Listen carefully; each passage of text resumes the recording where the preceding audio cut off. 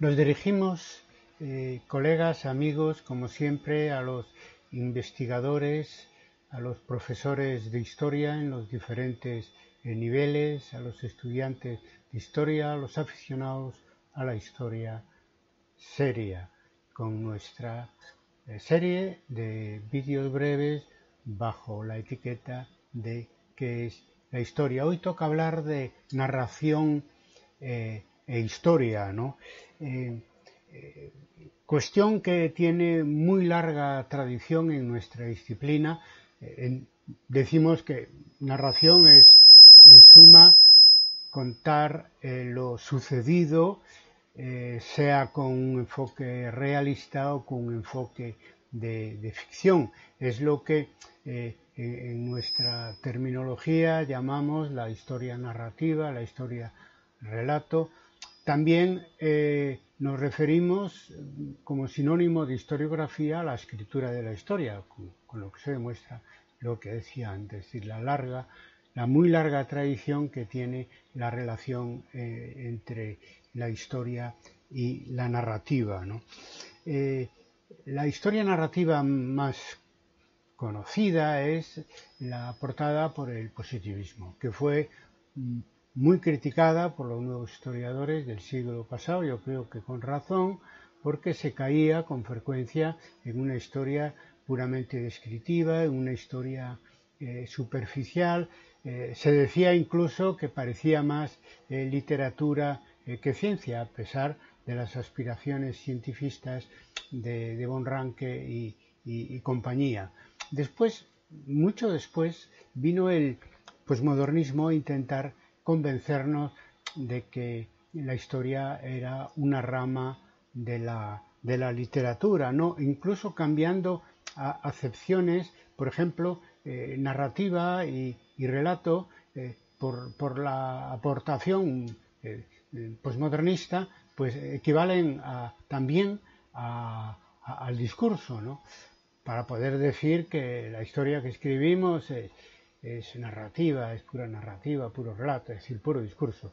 No tiene nada o poco que ver con la realidad de lo que pasó. En fin, ya hemos dedicado un episodio a este tema que fue suficiente. Lo importante para el tema que nos ocupa hoy es no tirar el niño con el agua sucia de la bañera. Lawrence Stone, ya fallecido, historiador norteamericano, en nuestro primer congreso en el año 1993, bajo el título, una ponencia bajo el título del futuro de la historia, insistía mucho.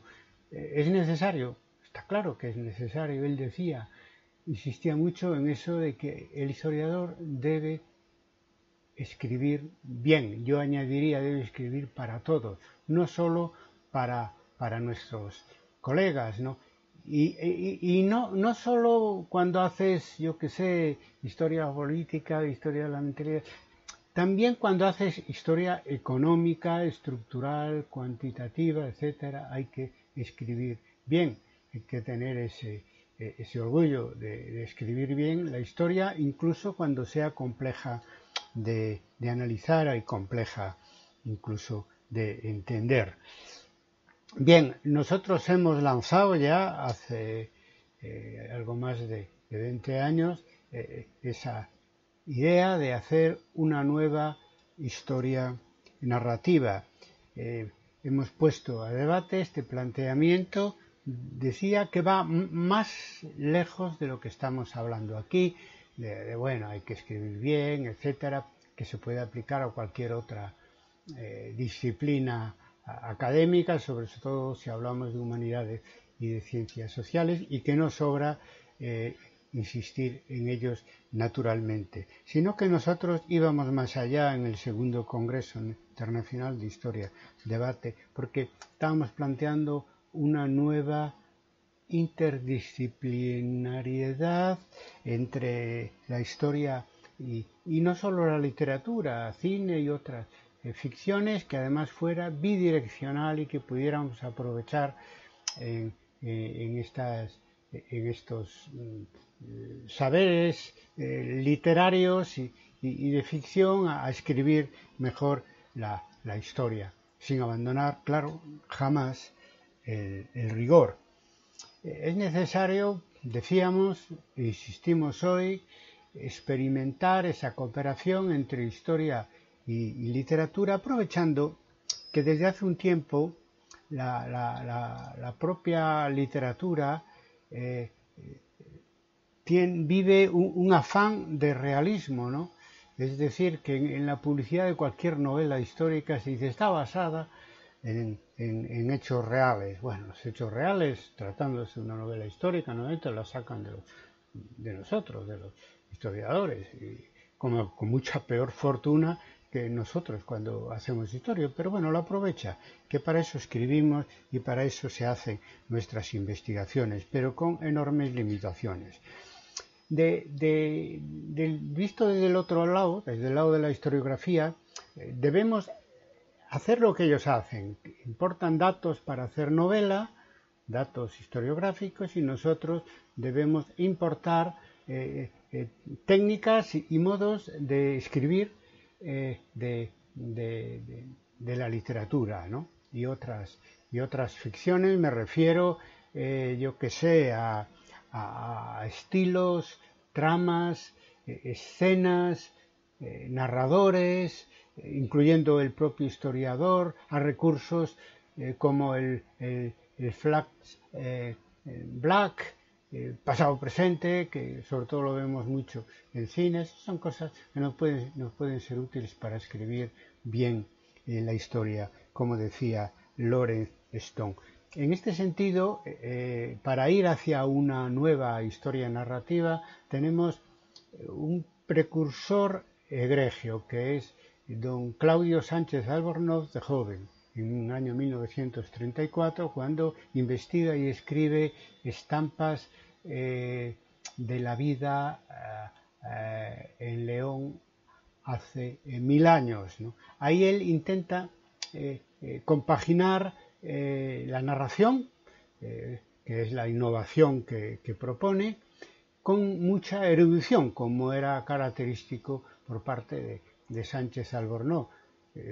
Muchas citas y sobre todo notas a pie de página que en algún momento pues tienen más texto que el que corresponde a esa página en estilo narrativo, o sea, sin abandonar, por lo tanto, la rigurosidad y la erudición. Él trata en estampas pues sobre todo la vida cotidiana, pero también, y eso es lo más interesante, construye escenas y personajes apoyados en datos documentales, y por eso lo proponemos como un ejemplo a seguir y a desarrollar, ¿no?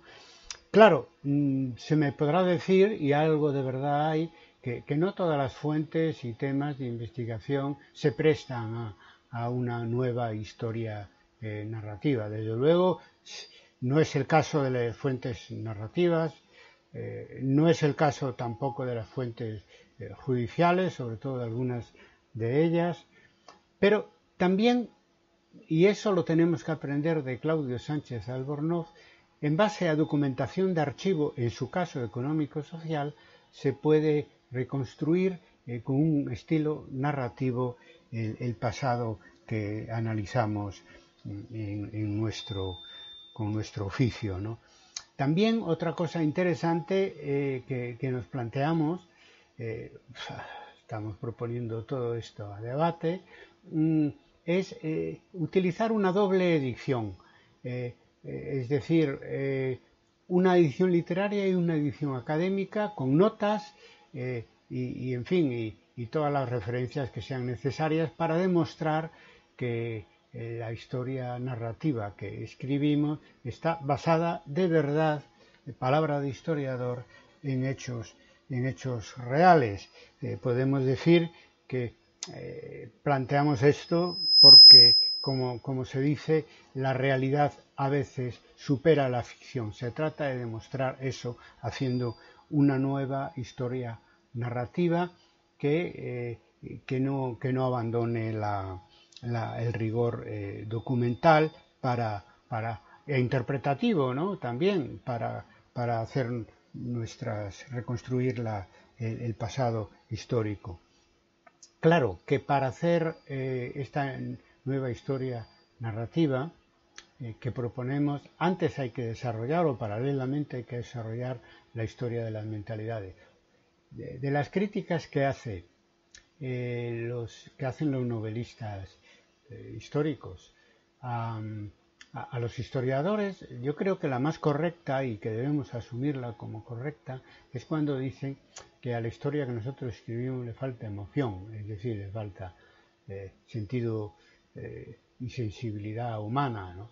Es cierto, ¿no? La verdad es que los estudios académicos sobre historia suelen ser bastante secos y empatizan poco con el sujeto humano de nuestras investigaciones. Pero a ellos no les va mejor, porque es cierto que introducen la sensibilidad y la emoción en muchas de sus historias noveladas, pero, sin embargo, lo hacen trasladando desde el presente en el que escriben hacia atrás las mentalidades actuales.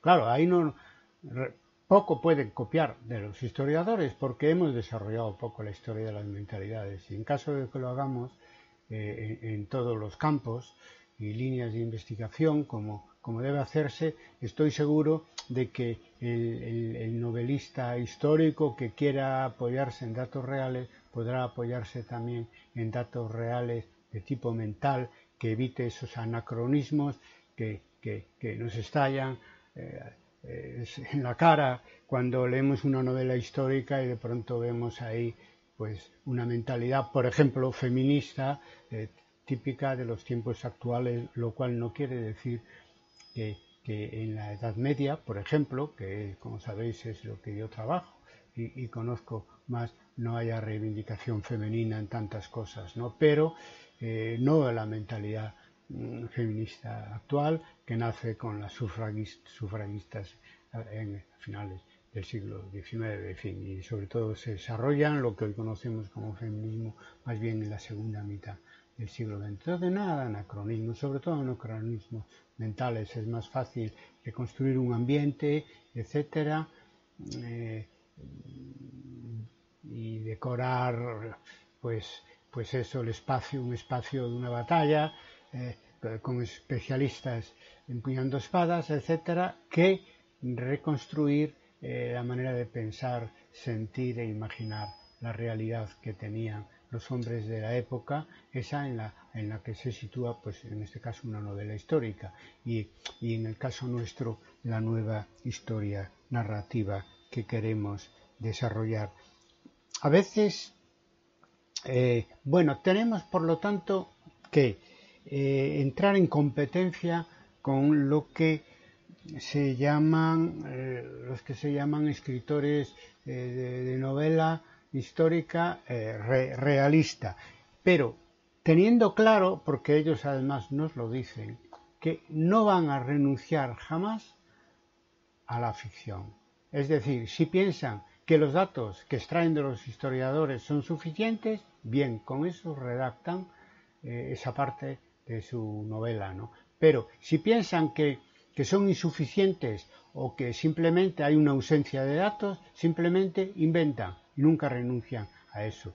A veces uno se pregunta, cuando pasa eso y ves datos anacrónicos, evidentemente inventados por el autor de la novela, te preguntas si realmente es necesario. Es decir, si realmente es necesario inventar para crear para generar un discurso narrativo que sea mínimamente riguroso. Muchas veces creo que no es necesario esa invención para generar una tragedia, un drama, es decir, un relato épico, etcétera, porque ya lo dijimos antes, lo repetimos, a menudo la realidad histórica supera a la ficción histórica.